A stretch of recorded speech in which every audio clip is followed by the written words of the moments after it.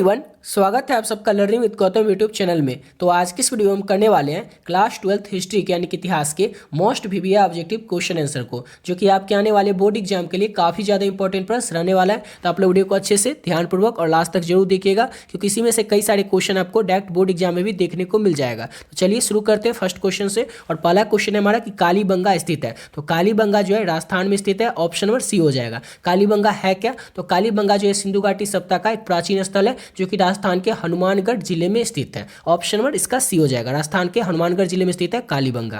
अगला क्वेश्चन है हड़प्पा किस नदी के किनारे स्थित है? तो हड़प्पा जो है रावी नदी के किनारे स्थित है। ऑप्शन नंबर डी हो जाएगा। अगला क्वेश्चन है लोथल स्थित है। तो लोथल कहाँ पे स्थित है? तो लोथल जो है गुजरात में स्थित है। ऑप्शन नंबर ए हो जाएगा। और लोथल जो है गुजरात में स्थित है। और ये है क्या लोथल? तो लोथल भी एक सिंधु घाटी सभ्यता का प्राचीन स्थल है।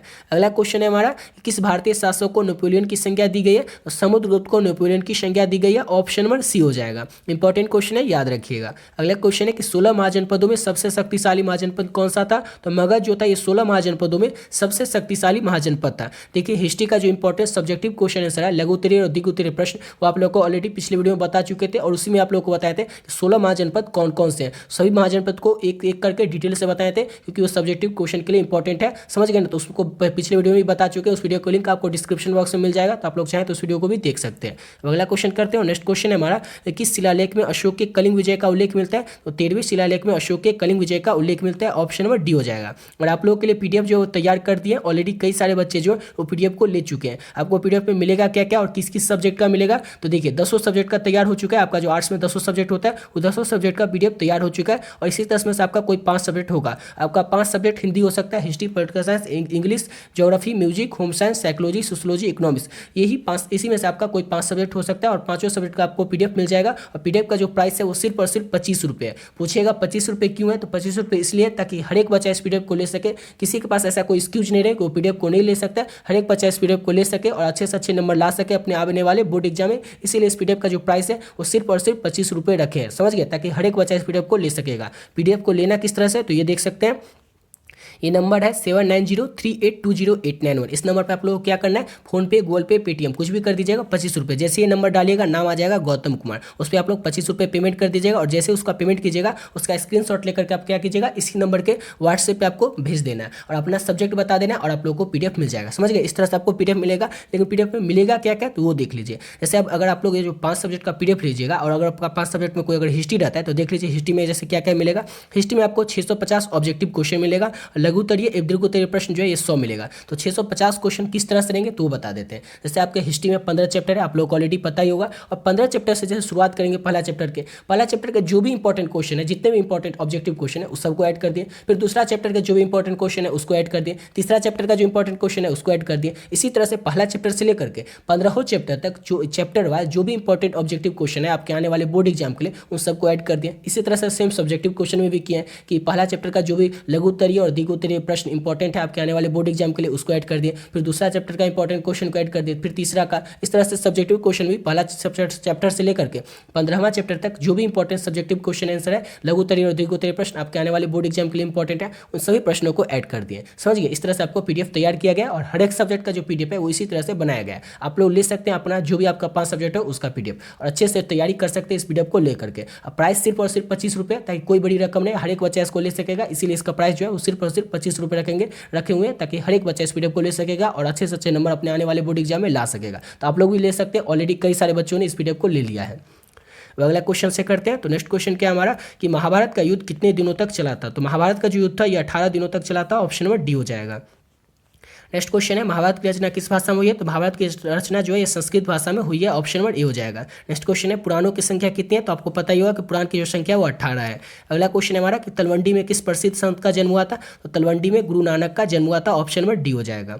नेक्स्ट क्वेश्चन है हमारा कि बौद्ध ग्रंथ त्रिपिटक की रचना हुई थी। तो महात्मा बुद्ध के महापरिनिर्वाण प्राप्त करने के बाद, यानी कि महात्मा बुद्ध के मृत्यु के पश्चात बौद्ध ग्रंथ त्रिपिटक की रचना हुई थी। ऑप्शन नंबर इसका बी हो जाएगा।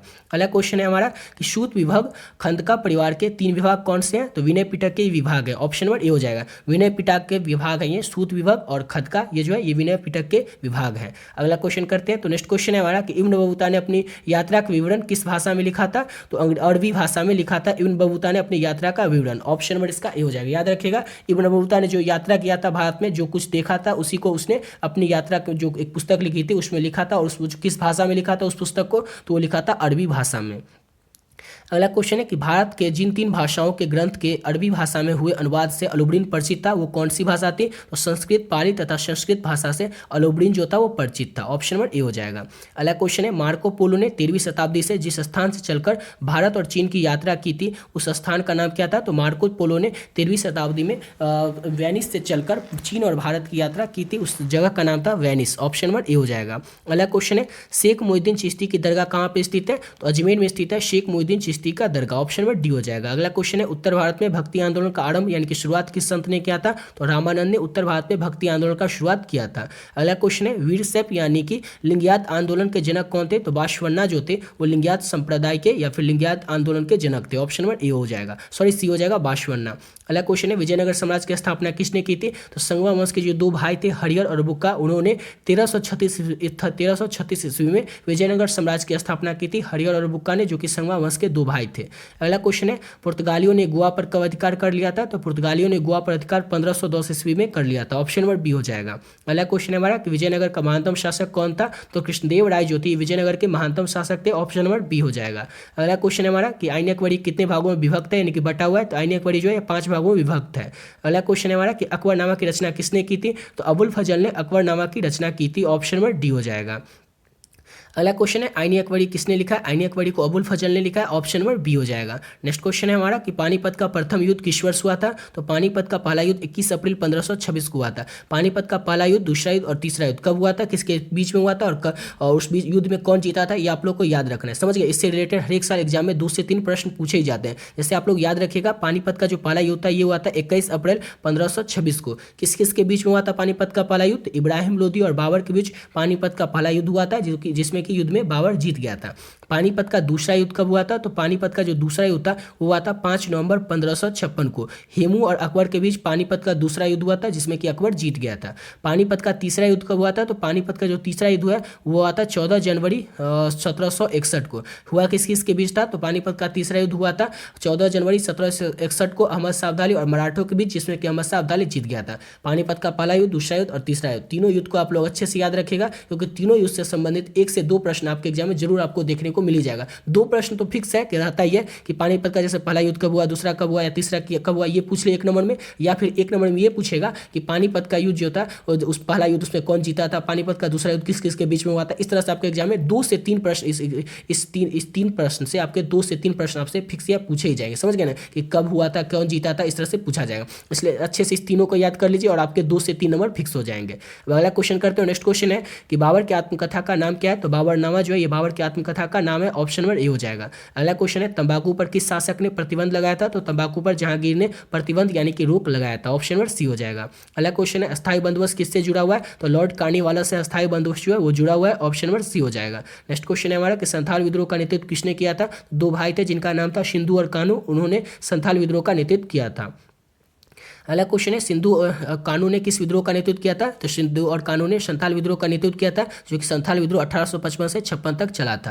अगला क्वेश्चन है अवध में 1857 के विद्रोह का नेतृत्व किसने किया था? तो बेगम हजरत महल, या फिर बेगम नहीं होगा बेगम होगा, बेगम हजरत महल ने अवध में 1857 के विद्रोह का नेतृत्व किया था, यानी कि ऑप्शन नंबर सी हो जाएगा। नेक्स्ट क्वेश्चन है 1857 का विद्रोह आरंभ यानी कि शुरुआत कब हुआ था? तो 10 मई 1857 को 1857 का जो विद्रोह था वो शुरू हुआ था। अगला क्वेश्चन है हमारा कि व्यापक का सिद्धांत किससे संबंधित है? तो डलहौजी से संबंधित है व्यापक के सिद्धांत का, यानी ऑप्शन नंबर बी हो जाएगा डलहौजी से। नेक्स्ट क्वेश्चन है गेटवे ऑफ इंडिया का निर्माण कब हुआ था? तो गेटवे ऑफ इंडिया का निर्माण 1914 में हुआ था, ऑप्शन नंबर डी हो जाएगा। अगला क्वेश्चन है हमारा कि भारत में रेलवे की शुरुआत कब की गई थी? तो 1853 में भारत में रेलवे की शुरुआत की गई थी, ऑप्शन नंबर सी हो जाएगा। अगला क्वेश्चन है ईस्ट इंडिया कंपनी की स्थापना कब हुई थी? तो 1600 ईस्वी में ईस्ट इंडिया कंपनी की स्थापना हुई थी और इन्होंने भारत में आकर के सबसे पहली फैक्ट्री जो थी अपनी वो सूरत में स्थापित की थी ईस्ट इंडिया कंपनी ने। अगला क्वेश्चन है हमारा अगला क्वेश्चन कि दिल्ली चलो का नारा किसने दिया था? तो सुभाष चंद्र बोस ने दिल्ली चलो का नारा दिया था और जय हिंद का भी नारा सुभाष चंद्र बोस ने ही दिया था और सुभाष चंद्र बोस ने फॉरवर्ड ब्लॉक की स्थापना की थी, जो कि उन्होंने 1939 में फॉरवर्ड ब्लॉक का स्थापना किया था कांग्रेस से इस्तीफा दे करके। अगला क्वेश्चन है भारत छोड़ो आंदोलन किस वर्ष हुआ था? तो वर्ष 1942 में भारत छोड़ो आंदोलन जो था ये हुआ था। अगला क्वेश्चन है भारतीय राष्ट्रीय कांग्रेस की स्थापना कब हुई थी? 1885 ईस्वी में ए.ओ. ह्यूम की पहल पर भारतीय राष्ट्रीय कांग्रेस की स्थापना की गई थी। नेक्स्ट क्वेश्चन है हमारा कि फार्टियर या सीमांत गांधी किसे कहा जाता है? तो खान अब्दुल गफार को सीमांत गांधी भी कहा जाता है। ऑप्शन नंबर ए हो जाएगा। अगला क्वेश्चन है लीग ने प्रत्यक्ष कार्रवाई दिवस मनाने का ऐलान या घोषणा कब किया था? तो 16 अगस्त 1946 को लीग ने प्रत्यक्ष कार्रवाई दिवस मनाने का ऐलान किया था। ऑप्शन नंबर ए हो जाएगा। अगला क्वेश्चन है बांग्लादेश की स्थापना कब हुई थी? तो वर्ष 1971 में बांग्लादेश का स्थापना हुआ था। नेक्स्ट क्वेश्चन है भारत किस वर्ष गणतंत्र बना था? तो 26 जनवरी 1950 को भारत जो था वो गणतंत्र देश बन गया था। ऑप्शन नंबर बी हो जाएगा। अगला क्वेश्चन है कैबिनेट मिशन केंद्र में अंतरिम सरकार के गठन का प्रस्ताव पेश कब किया गया था? कब किया था? तो 16 जून 1946 को किया था कैबिनेट मिशन केंद्र में अंतरिम सरकार का गठन का प्रस्ताव को पेश। ऑप्शन नंबर सी हो जाएगा, 16 जून 1946 को।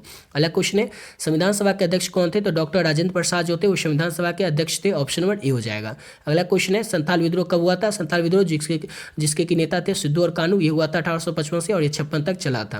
अगला क्वेश्चन हमारा कि 1857 के विद्रोह का तत्कालिक कारण क्या था? 1857 का जो विद्रोह हुआ था इसके बहुत सारे कारण थे, लेकिन जो तत्कालिक कारण था, मेन कारण जो था तत्कालिक कारण, वो था चर्बी वाले कारतूस। चर्बी वाले कारतूस के कारण 1857 का विद्रोह जो था वो तत्कालिक रूप से हुआ था। अगला क्वेश्चन है हमारा कि औपनिवेशिक शहरों में प्रायः निम्नलिखित 3 शहर शामिल किए जाते हैं, तो वो कौन कौन से शहर है? तो वो शहर है मद्रास, कलकत्ता तथा बम्बई। ये शहर जो है ये औपनिवेशिक शहरों में सम्मिलित किए जाते हैं।